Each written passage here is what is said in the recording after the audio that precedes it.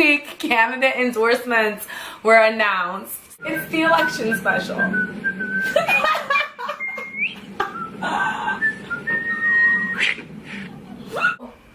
So we watched Bulworth. What are you gonna do, vote Republican? Come on, you're not gonna vote Republican. In honor of Working Families Party endorsement of Andrew Cuomo. Big money. Big money. First company we do today is from Tuesday. We don't work for anybody. We're trying to get 50 grand a table. The name of our game is Let's Make a Deal. Just after coffee.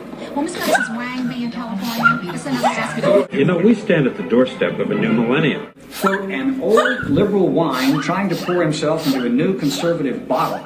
You know, Sam, we stand at the doorstep of a new millennium. Wait a minute. Hello, Constance. Did you see one of his ads? I'm Jay Bulworth. You know, we stand at the doorstep of a new millennium. I have nothing better to do with my morning. We stand on the doorstep of a new millennium. There's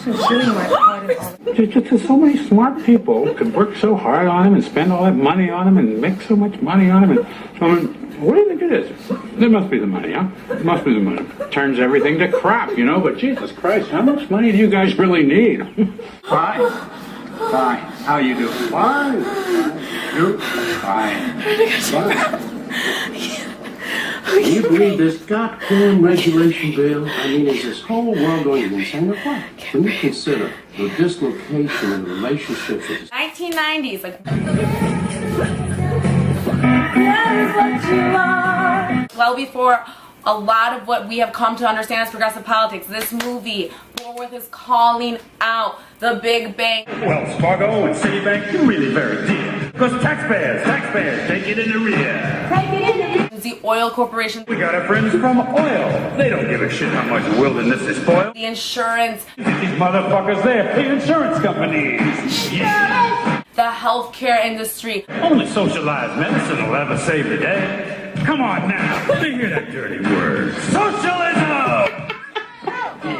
Yeah. Calling them all out, admitting to the world that the government is owned and ran by corporations and they are not for your best interest ever at all. And 20th Century Fox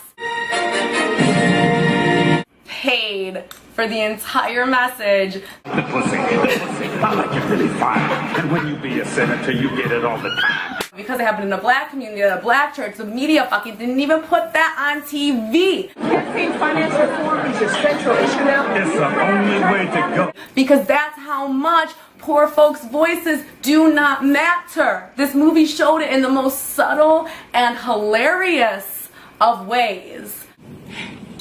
Everybody just got to keep fucking everybody till they're all the same color. The most subtle and hilarious of ways. Senator J. Bull. I don't give up. Senator?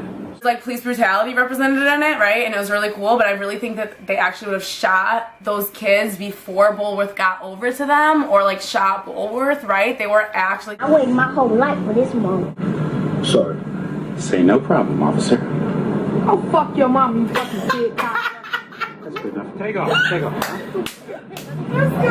That was the most unrealistic part about the whole movie to me, was that the police didn't kill anyone.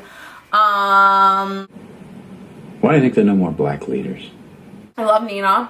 I love her. I think it has more to do with the decimation of the manufacturing base in the urban centers. You shift manufacturing to the Sun Belt of the third world.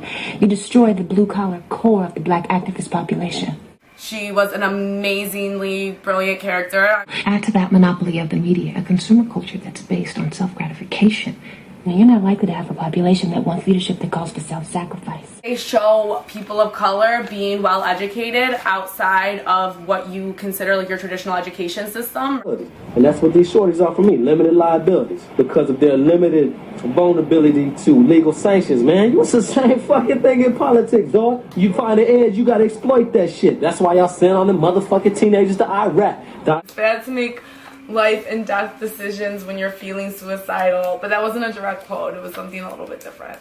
And there was a good pause for comedic timing that I neglected to do. Right. That happens. So I think it was a brilliant way to commit suicide that he had, because like couldn't really change your mind. The person was just gonna kill you. Like if you change your mind, like too bad the word already went out. But then also if you lived, it would be like you didn't have to live with that embarrassment of failing at committing your own suicide. So I thought he had a good plan, but I didn't think it would have worked, and it didn't work. Obviously he just dies at the end. Like obviously he dies. Like it makes so much sense, and I think that that's part of the reason that politicians never actually do act that way, because they're all afraid they're gonna fucking get shot, because they would, because they definitely would. So like obviously he just dies. Cut the commercial. Cut the commercial. Cut the commercial. Cut the commercial. Okay, well, the moral of the story, the main moral of the story is life is so much better if you just don't do your job right. After all the money we worked these guys for, He's having so much fun now. He decided not to do his job. Just stop doing your job. Life is just so much better, and sometimes it results in you doing your job better. Martin Luther King, Colin Powell, Michael Jordan. I have no problem with these people. These people have good jobs. And if you said Will Smith, if he had said Will Smith in that list, oh my god, it would have been the best thing ever. What? So burn down his house? What if he had said Will Smoke his crack and Smith? get AIDS? What if he was like, I'm not sure you Will can get AIDS, Smith? but That was the worst part about the movie, right? They had that racial stereotype of like the magical. There can't be no ghost. Or something like that. I don't really have time to get into it, but it was like a racial trope stereotype that was in the movie that wasn't actually okay. guys, our guys, us guys, it's a club. So why don't we just have a drink?